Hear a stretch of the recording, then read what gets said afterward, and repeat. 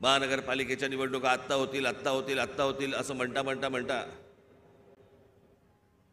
अजूनही होत नाहीयेत. त्याच्यामुळे 2019ला ज्या निवडणुका झाल्या त्याच्यानंतर आज 2024ला निवडणुका होत आहेत आणि सगळे आचारसंहितावाले सगळे जागे झालेत. काल मी एक बातमी वाचली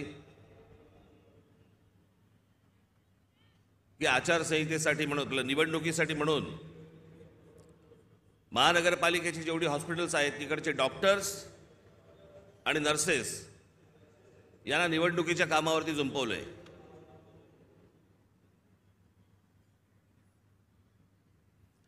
डॉक्टर काय मतदाराच्या नाडी मोजणार काय की नर्सेस काय मतदारांचे डायपर बदलणार?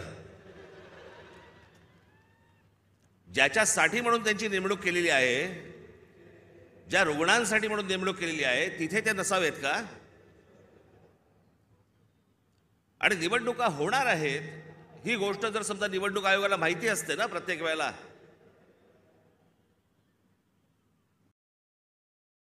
एक पॅरलल फळी का नाही उभी करत तुम्ही? दरवेळेला आपल्या काहीतरी शालेय शिक्षक घ्यायचे, नर्सेस घ्यायच्या, डॉक्टर्स घ्यायचे, हे कुठचे उपद्व्याप?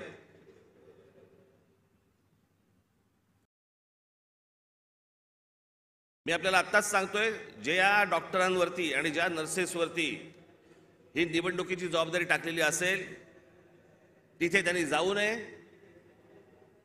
आणि ज्या रुग्णांची सेवा करण्यासाठी म्हणून तुम्ही आयुष्य घालवताय त्या हॉस्पिटलमध्ये परत तुम्ही जा, तिथे काम करा. तुम्हाला नोकरीवरनं कोण काढतं मी बघतो.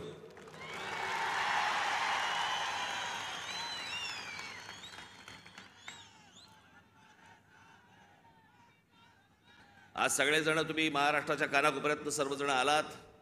सर्वप्रथम मी आपल्या सर्वांना मी गुढीपाडव्याच्या मनपूर्वक शुभेच्छा देतो. आज सणासुदीचा दिवस असून देखील या अशा प्रकारच्या सभा नुसत्याच होत नसतात. त्याला एक पोलीस यंत्रणेवरती देखील एक ताण असतो.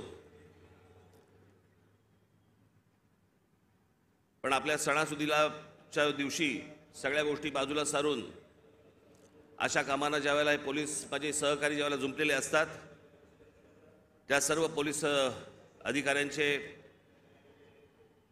माझे कॉन्स्टेबल माता भगिनी यांचे मी दिलगिरी व्यक्त करतो की त्यांना या सगळ्या याच्यामध्ये काम करावं लागतंय. पण तुम्हालाही मनपूर्वक गुढीपाडव्याच्या मनपूर्वक शुभेच्छा.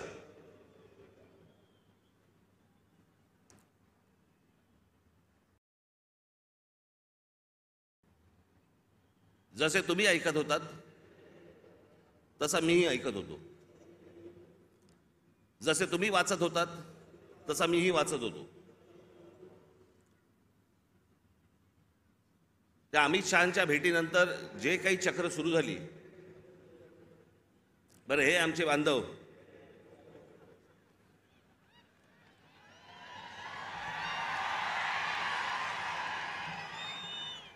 त्यांचा काही दोष नाही, चॅनल बोले म्हणजे रोजची चॅनल्स, त्याला मी एक नाव ठेवलंय, आज मला असे वाटते. लोकांना विचारायला कशाला पाहिजे?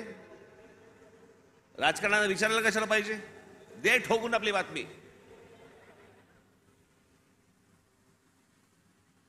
वाटेल त्या बातम्या चालू होत्या, वाटेल त्या बातम्या. मी आपला एन्जॉय करत होतो. तुम्हाला काय बोलायचं ते बोला, मला जेव्हा बोलायचं तेव्हा मी बोलीन. त्या अमित शहांना भेटायला गेलो दिल्लीला.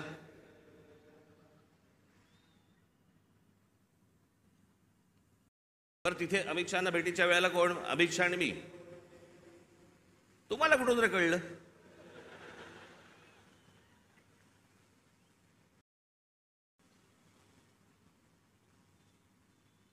मी तिकडे दिल्लीला पोहोचलो काय,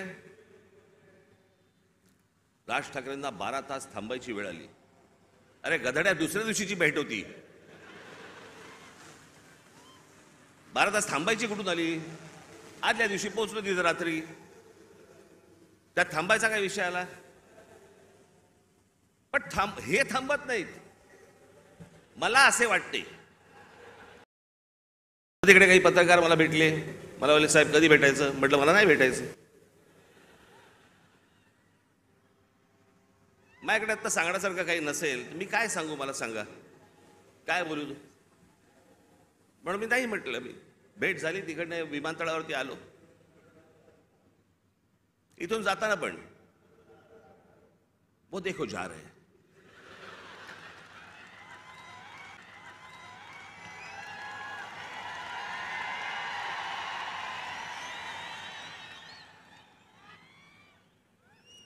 हल्ली हे असतात, पूर्वी ते आचारसंहितावाले असायचे.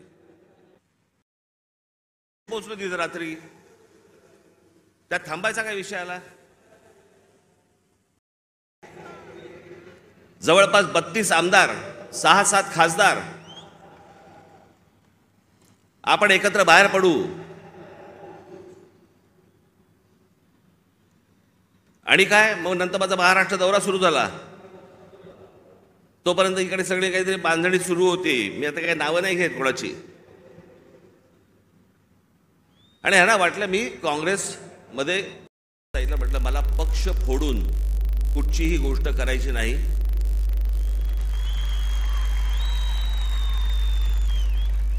आता म्हटलं माझ्या मनात विचार नाहीये, पण जर उद्या जर समजा मी काही केलं, पाऊल उचललं,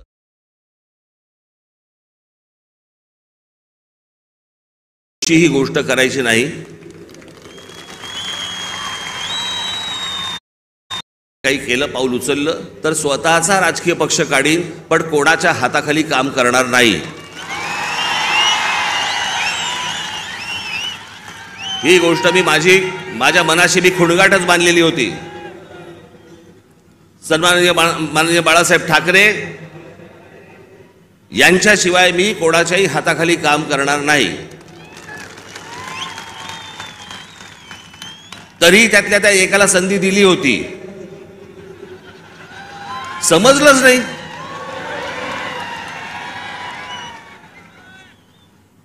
जाऊन दे, पण तो झाला भूतकाळ. त्याच्यामुळे असल्या कोणत्याही गोष्टींवरती तुम्ही विश्वास ठेवू नका. मी कोणत्याही शिवसेनेचा प्रमुख अध्यक्ष काही होणार नाही. मी जे अपत्य जन्माला घातलेलं आहे, महाराष्ट्र नवनिर्माण सेना, याचाच मी फक्त अध्यक्ष राहणार.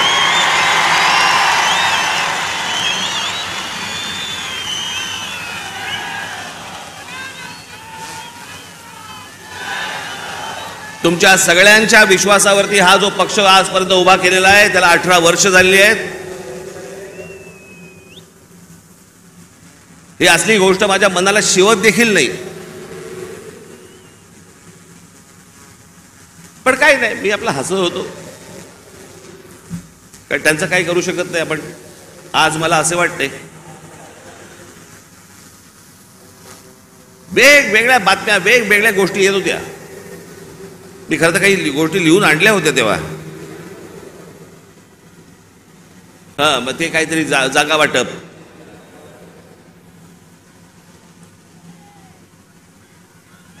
जागा वाटपाबद्दल चर्चा झाली.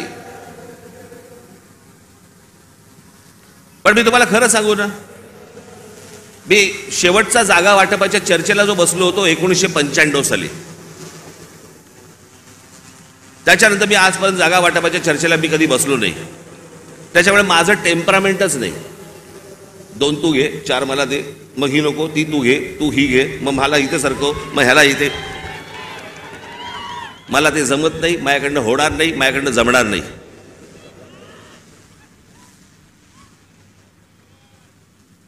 मग मला सांगितलं आमच्या निशाणीवरती लढा. हे रेल्वे इंजिन आहे ना, हे तुमच्या कष्टाने कमवलेलं चिन्ह आहे. माझ्याकडे आयतं आलेलं नाही, सहज आलंय चिन्ह म्हणून आता मी त्याच्यावरती लढवायचं अजिबात नाही.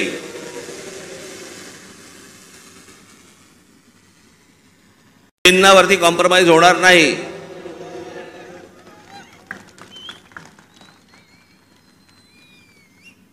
दिल्लीला गेलेले हे ठाकरे पहिलेच.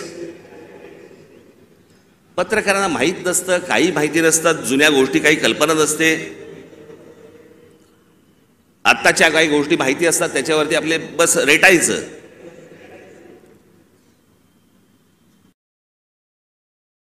एकोणीसशे साली मी तुम्हाला मुद्दामून सांगतो, 1980 साली माननीय बाळासाहेब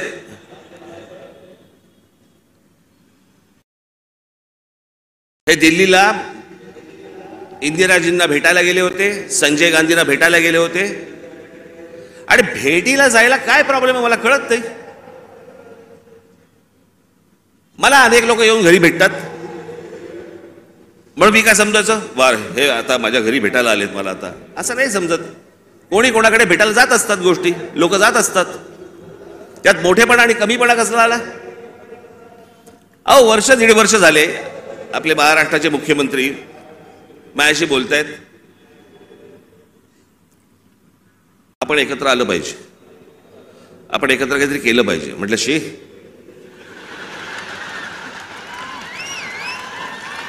म्हटलं काय केलं पाहिजे.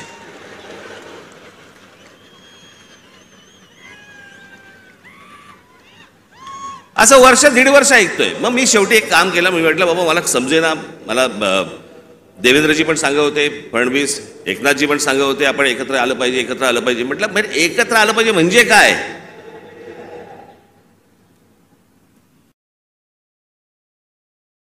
आणि मग त्याच्यात हे सगळे विषय निघाले. मग मी अमित शहांना फोन केला, म्हटलं मला जरा भेटायचं तुम्हाला, हे काय मला चाललंय मला समजत नाहीये, एकदा आपल्याशी बोलून मला काय नक्की ह्यांचं म्हणणं आहे ते मला एकदा कळलं पाहिजे. मग आमचं बोलणं झालं तिकडे, मग इथे आल्यावरती आमच्या तिघांचं बोलणं झालं. मग ते सगळं निशाणीवरती प्रकरण आलं.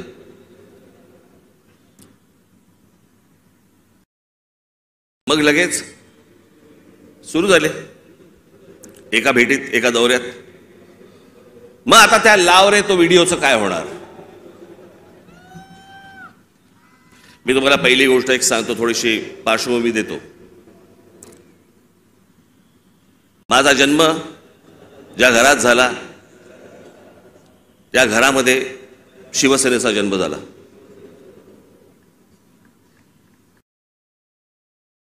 मी पहिल्यापासून जे पाहत आलो ती माननीय बाळासाहेबांची शिवसेना पाहत आलो. लहान असल्यापासून त्यांच्याबरोबर हिंडलो, फिरलो, अनेक ठिकाणी गेलो, अनेक सभांना गेलो, चॅलेंज सभांना गेलो. त्याच्यामुळे माझ्या आयुष्यातला एकमेव तेव्हाचा पक्ष होता तो म्हणजे शिवसेना. 1984 साली थोडा काही काळासाठी असेल, पण 1988 1989च्या आसपास प्रामुख्याने भारतीय जनता पक्ष आणि शिवसेनेची युती झाली. आणि ती युती झाल्यानंतर शिवसेनेबरोबर जर सर्वाधिक माझे संबंध कोणाबरोबर आले असतील तर ते भारतीय जनता पक्षाबरोबर आले. आमच्या गोपीनाथराव मुंडेंबरोबर आले, प्रमोद महाजनांबरोबर आले, आमच्या नितीन गडकरीजींबरोबर आले.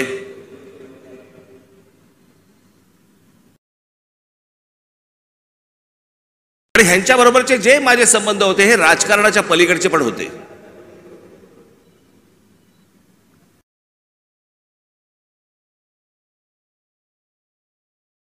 माझा संबंध कधी काँग्रेस राष्ट्रवादीत खूप नंतर, पण काँग्रेसवाल्यांशी माझा तसा संबंध कधी आला नाही.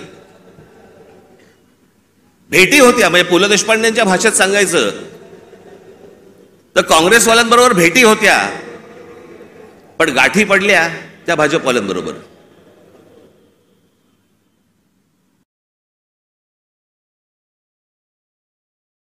त्याच्यामुळे अनेक वेळेला त्यांच्याबरोबर माझे अगदी चांगले संबंध तेव्हापासून प्रस्थापित झाले.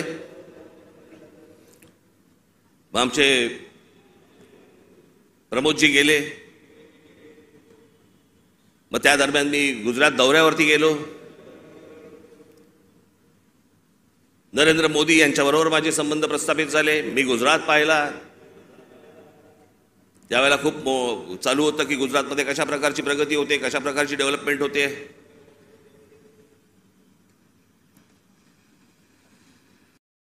ती सगळी प्रगती, सगळी ती डेव्हलपमेंट मी पाहत होतो. मला माहिती होतं. मी त्याच्यानंतर मी महाराष्ट्रामध्ये जेव्हा आलो, मला पत्रकारांनी प्रश्न विचारले, कसं वाटलं गुजरात. म्हटलं गुजरात डेव्हलप होतंय, पण महाराष्ट्र खूप पुढे आहे.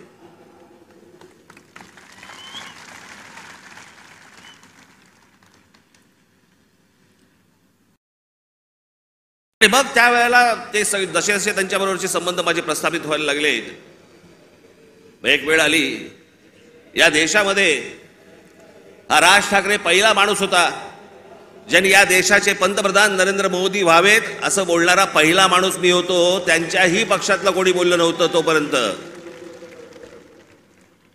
मला असं तेव्हा वाटलं की बाबा आपला एक स्वतःचा विचार असतो, त्याच्यात माणसं बोलत असतात, माणसं काही गोष्टी सांगत असतात, माणसं स्वप्न दाखवत असतात.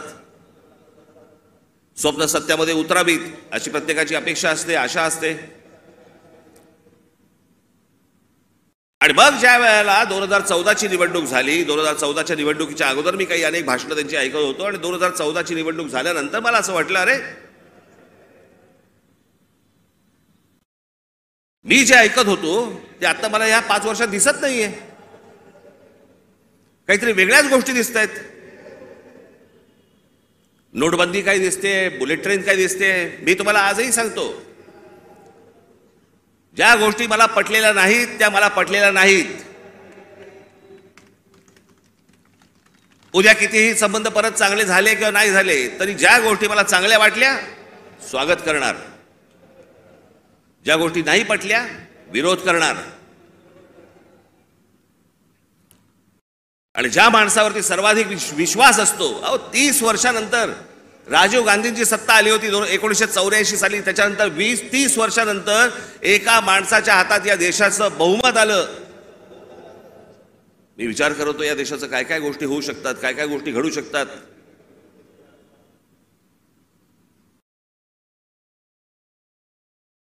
त्यांचा संबंध नसतो ना तुमचा, त्यांच्याकडे तुम्ही दुर्लक्ष करता, 2 शिव्या आसळताना दुर्लक्ष करता. पण ज्यांच्यावरती प्रेम असतं, ज्यांच्यावरती विश्वास असतो, त्याला ज्या वेळेला कुठेतरी तडा जातोय असं दिसायला लागलं तर तो जो राग आपला असतो, तो राग, आणि माझा राग तर टोकाचा आहे. मी महाराष्ट्रावरती प्रेम करतो, महाराष्ट्रातल्या मराठी माणसांवरती प्रेम करतो, महाराष्ट्रातल्या मराठी भाषेवरती प्रेम करतो, टोकाचं प्रेम करतो. तसं एखाद्यावरती मी जर विश्वास टाकला तर मी टोकाचं प्रेम करतो. पण मला जर समजा तशी गोष्ट दिसली नाही तर मी टोकाचा त्याला प्रतिकार करतो, टोकाचा विरोध करतो. तो टोकाचा विरोध तो 2019 सालच्या माझ्या त्या लावरे तो व्हिडिओचं काय त्याला कोणीतरी टॅगलाईन दिली, लावरे तो व्हिडिओ, पण त्या सगळ्या गोष्टींमध्ये ती गोष्ट तुम्हाला दिसली असेल. होय, टोकाचा विरोध केला मी. पण ज्या ज्या वेळेला त्यांच्याकडनं चांगल्या गोष्टी ज्यावेळेला घडल्या, 370 कलम ज्यावेळेला रद्द झालं त्यावेळेला अभिनंदन करणारं पहिलं ट्विट माझं होतं.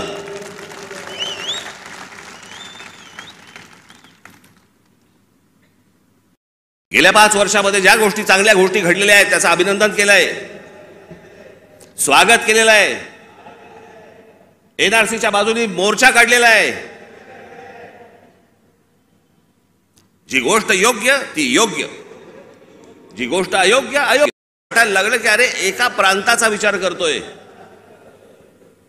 मला नाही पटलं. पण त्या सगळ्या गोष्टींमध्ये जर समजा तुम्ही बघितलं तर त्याच्यामध्ये व्यक्तिगत टीका कुठेही नव्हती.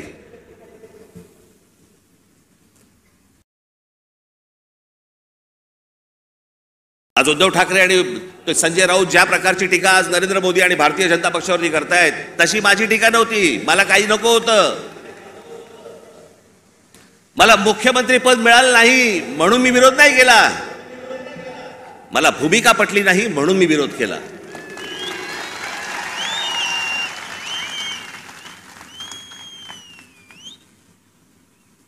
आज हे विरोधामध्ये बोलतायत.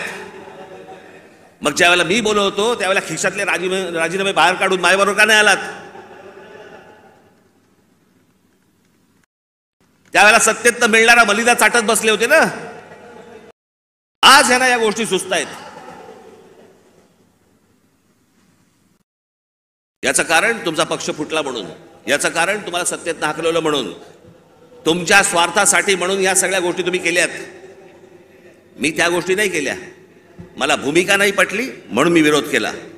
मला त्याच्या बदल्यात काही हवं होतं म्हणून नाही विरोध केला.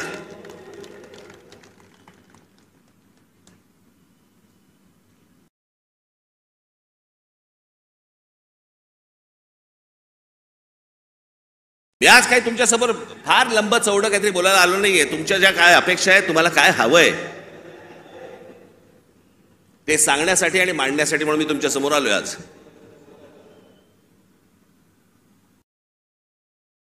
नरेंद्र मोदींकडनं कसं आहे, आज तरुण, आज आम्ही दुपारी तर बोलत होतो, 2006 साली ज्यावेळेला मी पहिलं महाराष्ट्र नवनिर्माण पक्ष स्थापन केल्यानंतरचं पहिलं भाषण ज्यावेळेला मी इथून केलं होतं, त्यावेळेला मी असं म्हटलं होतं, ज्याच्यावरती अनेक लोकांनी चेष्टा केली.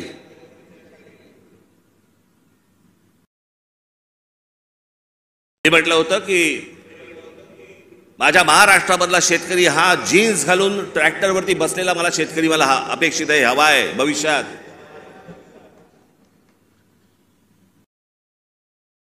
दोन 2006 पासून ते युग सुरू झालं होतं. आज या जगामध्ये सगळ्यात तरुण जर देश कुठचा असेल, तरुण, तो आपला भारत देश आहे, हिंदुस्थान आहे. सर्वाधिक तरुण ना अमेरिका आहे, ना जपान आहे, ना अजून कुठचा देश आहे. आज फक्त भारत तरुण आहे.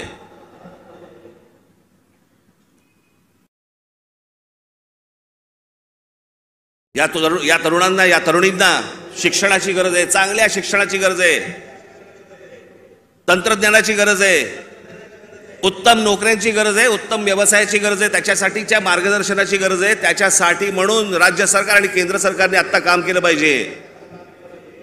आम्ही तेच बोलतो. आता जवळपास 18 वर्ष त्यातली निघून गेली, उरले फक्त 10 वर्ष.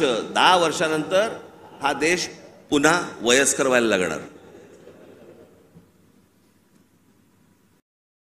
तरुणांची संख्या कमी होणं माझी नरेंद्र मोदी यांच्याकडनं आज अपेक्षा आहे.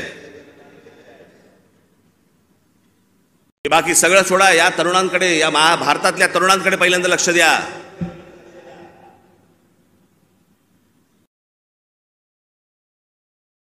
हेच ते फ्युचर आहे, हेच ते भविष्य आहे.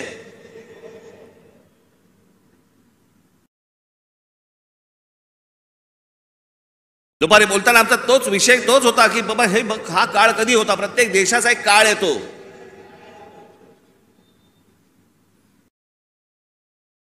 जसं जपानमध्ये एक काळ आला. जपानमध्ये ज्यावेळेला काळ आला त्यावेळेला तिकडे त्या अनेक कंपन्या उभ्या राहिल्या, सोनी पासून, होंडा पासून, काय काय अनेक गोष्टी सगळ्या उभ्या राहिल्या.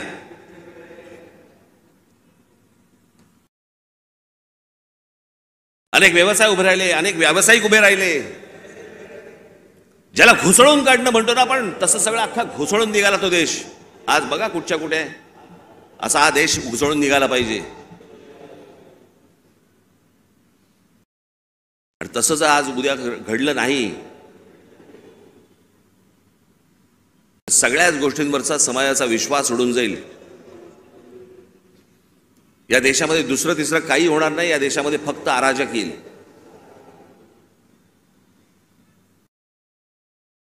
जर नोकऱ्या उपलब्ध झाल्या नाहीत, जर व्यवसाय उपलब्ध झाले नाहीत, लोकसभेमध्ये सांगितलं गेलं की या देशामधले, लोकसभेमध्ये सांगितलं गेलं की या देशामध्ये जवळपास 6 लाख उद्योगपती, व्यापारी हे हा देश सोडून गेले. 6 लाखाचा अर्थ काय होतो? हा तर अधिकृत आकडा आला आपल्याकडे, पण हे यापुढे होता कामा नये. या देशातल्या तरुणांकडे पाहणं गरजेचं आहे. महाराष्ट्र ज्या प्रकारचा कर भरतो केंद्राला, त्याच्या मोबदल्यात महाराष्ट्राला मोठा वाटा हा महाराष्ट्राला आला पाहिजे. याच्यासाठी म्हणून आज नरेंद्र मोदींकडनं माझी अपेक्षा आहे.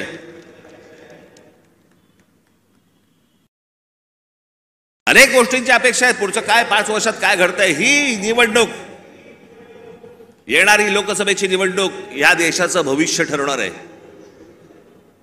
की आपण खड्ड्यात जाणार आहोत का आपण वरती जाणार आहोत. उद्या अनेक निवडणुका येतील, पुढे विधानसभेच्या निवडणुका येतील. आज हाणामाऱ्या चालू आहेत. पुढच्या विधानसभेच्या निवडणुकीत काय होईल? कोथळे बाहेर काढतील.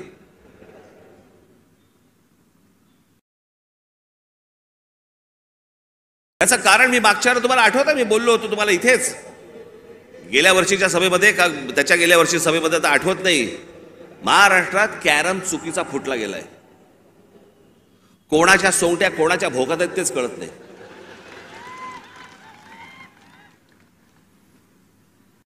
माणूस राजकारणातला आला की विचारावर लागतं कोणत्या पक्षात. मध्यंतरी मी आपल्या पुण्याला गेलो होतो नाट्य संमेलनाला. तिकडे 5 जण मला भेटायला आले, नगरसेवक होते राष्ट्रवादीचे. मला बोलले नमस्कार साहेब. म्हटलं नमस्कार, आम्ही राष्ट्रवादीचे नगरसेवक. म्हटलं कोणाचे? त्यातले 3 बोलले आम्ही दादाचे, 2 बोलले आम्ही शरद पवारांचे. अशी सगळी परिस्थिती या महाराष्ट्राची झालेली आहे. या महाराष्ट्रातनं पुढे जाताना आपल्याला मार्ग शोधायचा आहे, आपल्याला मार्ग काढायचा आहे. माझ्या महाराष्ट्र सैनिकांवरती विश्वास आहे. आपण योग्य मार्ग आपण या महाराष्ट्राला दाखवू, निश्चित दाखवू. पण माझी महाराष्ट्राकडनं देखील अपेक्षा आहे, माझी महाराष्ट्राला देखील अपेक्षा आहे, माझ्या महाराष्ट्रातल्या मतदारांना देखील अपेक्षा आहे, माझी अपेक्षा आहे त्यांच्याकडनं. कृपा करून व्यभिचाराला राजमान्यता देऊ नका. या प्रकारचं राजकारण या महाराष्ट्रामध्ये सुरू आहे. याला राजमान्यता जर समजा पुढे मिळत गेली, पुढचे दिवस भीषण आहेत.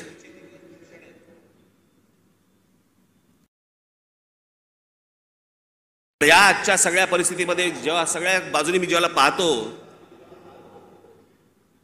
त्यावेळेला मला असं वाटतं की आज किमान पुढच्या 5 वर्षांसाठी देखील विषय आपल्याला पुढच्या 50-100 वर्षांचा करायचा असतो.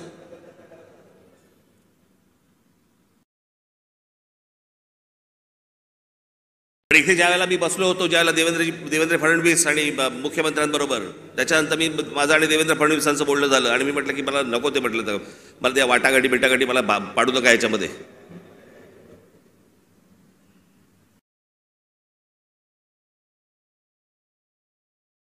मी म्हटलं तुम्हाला मी आज सांगतो, म्हटलं त्या राज्यसभाही नको आणि ती विधान परिषदही नको.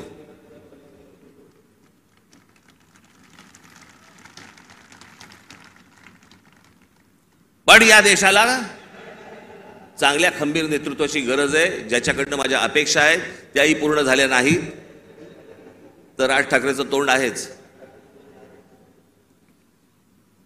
पण या पुढच्या काही भवितव्यासाठी म्हणून खंबीर नेतृत्वाची गरज असताना, म्हणून मी त्यांना सांगितलं मला काही अपेक्षा नाही आहेत. महाराष्ट्र नवनिर्माण सेना, भारतीय जनता पक्ष, शिवसेना आणि एनसीपी, परंतु फक्त नरेंद्र मोदींसाठी बिनशर्त पाठिंबा देत आहे, हे मी आज आपल्या समोर सगळ्यांसमोर जाहीर करतो. आणि माझ्या गावागावातनं सगळ्या महाराष्ट्रामधनं आलेल्या माझ्या सर्व महाराष्ट्र सैनिकांना मला फक्त एकच सांगायचं आहे, विधानसभेच्या तयारीला लागा, जोरात विधानसभेच्या तयारीला लागा. पुढच्या गोष्टी पुढे आपण कसलाही विचार न करता आत्ता बांधणीचा विचार केला पाहिजे आपण. आणि त्याच्यासाठी म्हणून मी तुम्हाला महाराष्ट्रभर सगळ्या ठिकाणी भेटण्यासाठी लवकरच आपल्यासमोर येत आहे. आज जे काही मला मांडायचं होतं हे आपल्यासमोर आज मांडलेलं आहे. उद्या अजून जर समजा समोरच्यांची पकपक झाली तर अजून माझी दारं खिडक्या उघड्या करायला तोंडाच्या मी मोकळा आहे. आपण निश्चिंत राहा. जिथून आलेला आहात तिथून व्यवस्थित जा. जाताना आपण व्यवस्थित गाडीने ज्या आलेला आहात गाड्या नीट सांभाळून चालवा. घरचे लोक आपली वाट पाहत असतील. पुन्हा एकदा मी आपल्याला सर्वांना मी गुढीपाडव्याच्या भेटायला गेले होते, संजय गांधींना भेटायला गेले होते. आणि भेटीला जायला काय प्रॉब्लेम आहे मला कळत नाही. मला अनेक लोक येऊन घरी भेटतात म्हणून मी काय समजायचं वार हे आता माझ्या घरी भेटायला आलेत मला, आता असं नाही समजत. कोणी कोणाकडे भेटायला जात असतात, गोष्टी लोक जात असतात.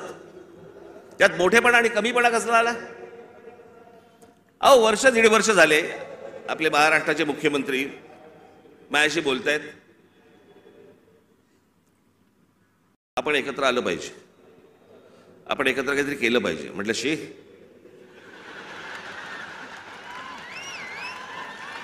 म्हटलं काय केलं पाहिजे.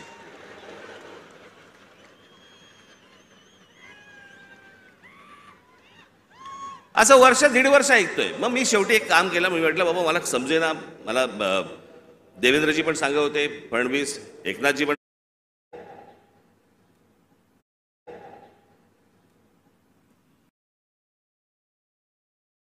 आणि मग त्याच्यात हे सगळे विषय निघाले. मग मी अमित शहांना फोन केला. म्हटलं मला जरा भेटायचं तुम्हाला. हे काय मला